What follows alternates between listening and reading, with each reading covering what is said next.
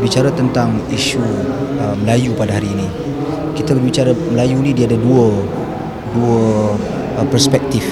Satu, kita melihat kepada agama itu sendiri, dan kedua, kita melihat kepada tradisi Melayu ataupun budaya Melayu itu sendiri. Okay. So yang pertama sekali, saya lebih suka kita fokus kepada isu agama, sebab dengan agama ni, nilai-nilai yang ada pada Melayu tu sebenarnya dia datang daripada pegangan agama sendiri, dari sudut lemah lembutnya, dari sudut sikap dan akhlaknya. Ia datang terjemahan daripada agama itu sendiri. So pada hari ini, apabila manusia makin jauh dengan agama, maka hal-hal yang seperti ini berlaku dalam media sosial. Contohnya, bukan sahaja kita katakan mereka yang upload gambar-gambar peribadi, kadang-kadang kickers ni video-video peribadi, bercakap dalam keadaan yang macam-macam cara dan sebagainya. Bahkan apa yang membimbangkan saya itu peribadi, apa yang membimbangkan saya apabila maklumat-maklumat yang disebarkan diterima bulat-bulat tanpa dianalisa dan tanpa digaji. Hal ini sebenarnya telah disebut secara umumnya oleh Nabi kita sallallahu alaihi wasallam tentang komunikasi dunia moden. Kata Nabi dalam hadis, yataqarabu zaman wa yanqusul ilm wa yakthurul jahl wa yakthurul fitan wa yulqa syuh wa yakthurul harj. Qalu ya Rasulullah mal harj? Qala al-qatlu al-qatlu. Muslim. Maksudnya zaman suatu hari nanti dia akan dekat, tak jauh jaraknya.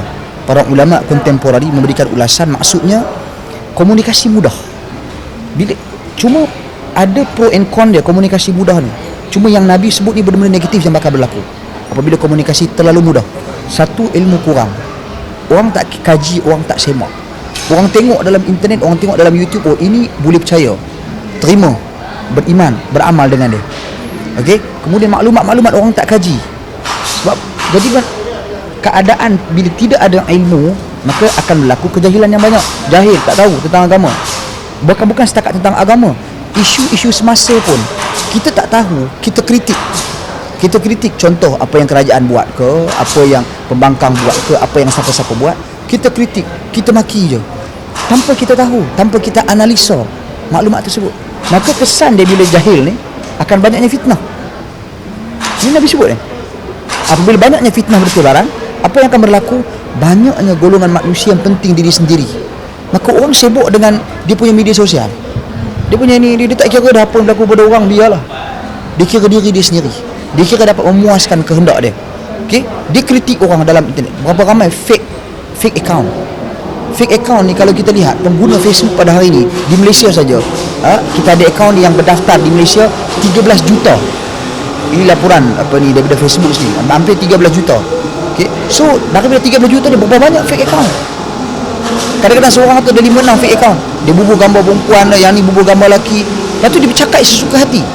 Dia mementingkan diri sendiri tanpa dia meneliti dan tanpa dia menilai ataupun tanpa dia orang kata mengambil kira perasaan orang lain. Dia kira diri dia saja. Yang penting aku puas hati. Daripada tu kata Nabi, dia akan wujud al-harj. Al-harj ni maksudnya pembunuhan. Pembunuhan ni merujuk kepada akan berlaku menyakitkan orang lain, sama ada perasaan dalam ataupun menyakitkan orang dari sudut luaran. Bermula dengan Facebook, berapa banyak kes yang berlaku melalui media sosial, wanita dirogol. Melalui media sosial berlaku perkara-perkara yang tak sepatutnya, ugutan dan sebagainya. So isu-isu ini bila berlaku, saya kira ia kembali kepada asas, iaitu ilmu pengetahuan.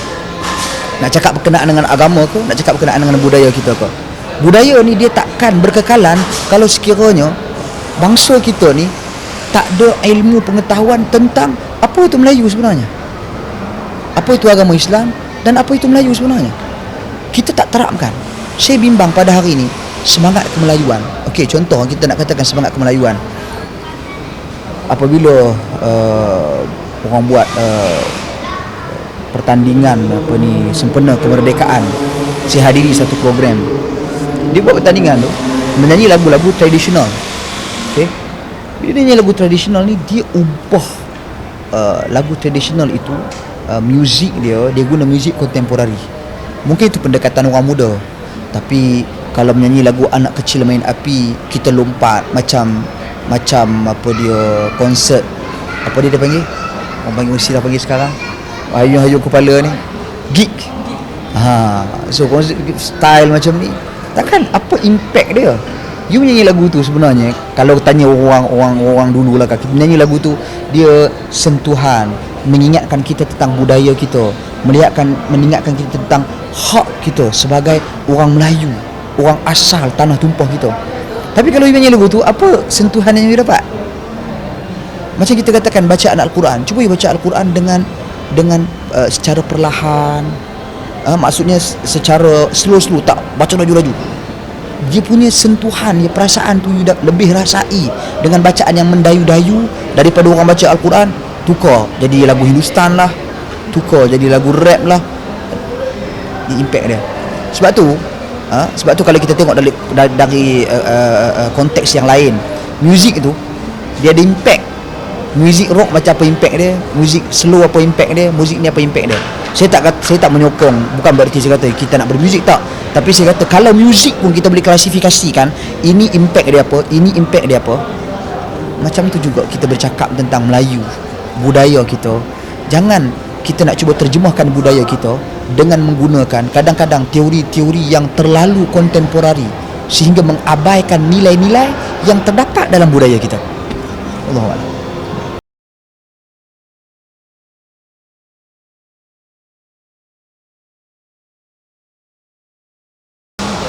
Saya melihat pertama sekali kita lihat secara adil pemimpin dan juga orang muda sendiri. Satu, pemimpin saya kira kita perlu ubah approach kita. Approach sekarang bukan kita berhadapan dengan orang muda lalu berkata kami dah berikan kalian macam-macam, kita dah beri kalian macam ni, kita kerajaan dah sediakan yang ni, kerajaan dah bagi yang ni. Saya kira dalam keadaan sekarang itu dilihat sebagai perkara yang tidak sihat. Di sisi orang muda, saya cakap bagi mewakili seorang orang muda, tengok apa ni, saya cakap kita tahulah kerajaan bagi, internet semua boleh bantu, semua tahu. Sekarang ni apa yang menjadi isu dan permasalahannya, bila kita sibuk cakap ni apa yang kerajaan buat, apa yang ni buat, kita tak memberikan platform kepada pemuda, kepada orang muda, minta maaf, kepada orang muda untuk menyuarakan pandangan dan pendapat mereka secara positif. Kita mengambil di sana, seolah-olah kita ada jurang di sana. Kita dengar tapi melalui orang tengah, perantara. Jadi orang muda ni dia tak rasa pandangan dia dihargai.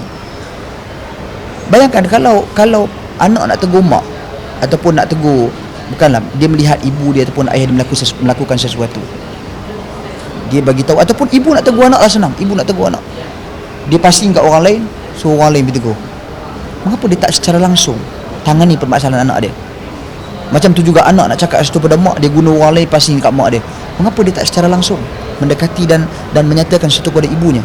Macam tu juga orang muda nak pemimpin mendekati, memberi ruang dan menjadi pendengar yang baik untuk isu-isu pemuda. Itu saya kira sangat penting, dan sepatutnya diperbanyakkan program-program interrogation. Maksudnya kita berikan pemuda mengkritik, baik kritik. Sekarang ni kita salah faham kadang-kadang, saya minta maaf, walaupun mungkin saya berada di pihak tertentu dan sebagainya, tapi saya nak benda ni, mahasiswa ataupun orang muda bila dia kritik, jangan kita terus label dia pembangkang. Ini satu perkara yang jelas saya kira menyalahi prinsip-prinsip agama itu sendiri secara ni, kemudian menyalahi prinsip-prinsip dari sudut kita menghormati dan bersedia untuk dinasihati. Jadi kalau macam tu kita tak boleh kritik, kita semacam je dengan orang yang tak bersedia ataupun pihak-pihak tertentu yang mana tak boleh kritik pemimpin dia, kritik berdosa, masuk neraka. Tak mahu macam ni. Kita dalam proses transformasi, dalam proses perubahan. Pada hari ini orang muda kritis bererti mereka mengkritik, mereka juga bersedia untuk dikritik, tapi biar ada relevansinya, biar ada rasionalnya. Jangan kita nak kritik pun suka.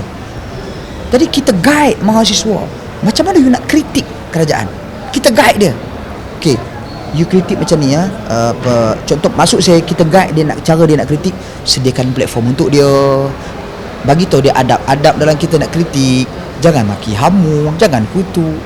Ini bila kita block terus kritikan, jangan kritik, Bila kritik, ni pembangkang ni. Ini menyebabkan orang makin meluat dengan sikap yang seperti ini. Saya tak kira umum saya cakap siapa-siapa pun. Nak terasa lah buat macam mana. Dan itu adalah realiti yang berlaku. Pergilah tanya mahasiswa ke, pergilah tanya orang muda. Sikap seperti ini saya kira sangat tidak digemari. Zaman sekarang kita boleh mendapatkan maklumat, kita boleh buat analisa maklumat dengan hujung jari je. Cakap macam ni no. Kita nak substance. Perlu cakap, perlu ada substance, cakap perlu ada fakta, cakap perlu ada bukti. Wallahu a'lam. Ya, jadi saya kira apa yang kita boleh buat, perubahan dari sudut kepimpinan, pemimpin tu sendiri dia perlu lebih terbuka untuk dikritik dan melihat kritikan tu sebagai satu benda yang positif untuk membangunkan diri. Satu. Kedua, dari sudut mahasiswa tu sendiri ataupun orang muda tu sendiri, Islam, dia kena faham kritik boleh. Okey, kalau pemimpin sediakan platform untuk kritik, manfaatkan platform tu. Jangan pula bila pemimpin sediakan platform, ni nak tarik masuk parti ni. Jangan pandang sisi negatif sentiasa berada di minda kita. Lihat benda tu satu sebagai peluang yang positif untuk kita capai dan untuk kita lakukan perubahan. Dan kritik dengan cara yang berhemah. Kita sendiri secara peribadinya pun kalau orang kritik secara kasar, menggunakan bahasa yang tidak baik, tidak enak, tidak indah dan sebagainya, kita marah, kita tak setuju. Nabi Musa Allah utuskan menghadap Firaun, yang mana Firaun tu mengaku dia Tuhan. Dia bunuh orang di kezaliman sangat dahsyat. Okey? Faqula lahu qawlan layyina la'allahu yatadhakkaru aw yakhsha. Allah perintah Nabi Musa supaya katakanlah kepada Firaun itu penggunaan bahasa, cara bercakap yang lain. Lain ni lembut,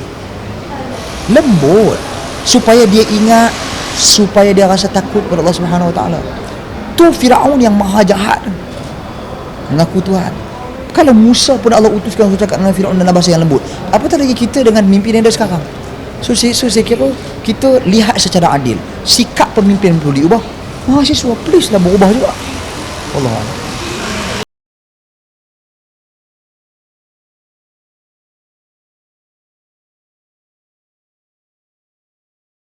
Kita dari awal tadi kita bercakap tentang Melayu. Kita bercakap tentang Melayu kerana dua faktor lah. Satu, saya sendiri Melayu. Saya pun perlu berbangga dengan bangsa saya. Saya orang yang tak lupa asal usul saya. Sebagaimana kalau kita lihat Umar Al-Khattab radhiyallahu anhu dulu dia pernah menyuarakan, nahnu qaumun a'azzanallah bil Islam. Kami kaum yang Allah muliakan kami dengan Islam.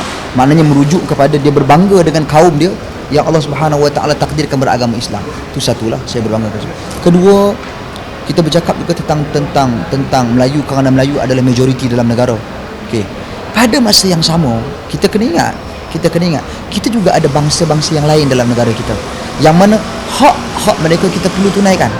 Kadang-kadang mistik ini disalah tafsirkan oleh pihak-pihak yang orang kita minta maaf, orang yang jahil, disalah tafsirkan, dan juga golongan-golongan yang tidak bertanggungjawab, dia selewengkan maksud kita. Kita memperjuangkan Melayu, ya kita parti Melayu. Adakah berarti bila kita kata parti Melayu kita mengenepikan hak-hak bangsa lain? Tak. Kita parti Melayu yang mempertahankan hak Melayu, seperti mana parti DAP mereka mempertahankan hak-hak orang Cina. Apa yang mereka bangkitkan? Mereka bangkitkan tentang isu sekolah Cina, tentang isu bahasa Cina, tentang isu kek ekonomi, dasar ekonomi baru. Itu tujuan untuk apa? Untuk menjaga hak-hak orang Cina. So mereka ada parti mereka sendiri. So bila kita kata kita memperjuangkan Melayu, berarti kita nak memperjuangkan hak-hak yang telah sedia ada dalam kontrak sosial, dalam perlembagaan itu sendiri itself. So bila kita bercakap mempertahankan dalam perlembagaan, berarti pada masa yang sama kita menjaga dan tidak mengabaikan sama sekali hak-hak bangsa lain, India, Cina, dan kemudian bangsa-bangsa selain daripada Melayu secara keseluruhan.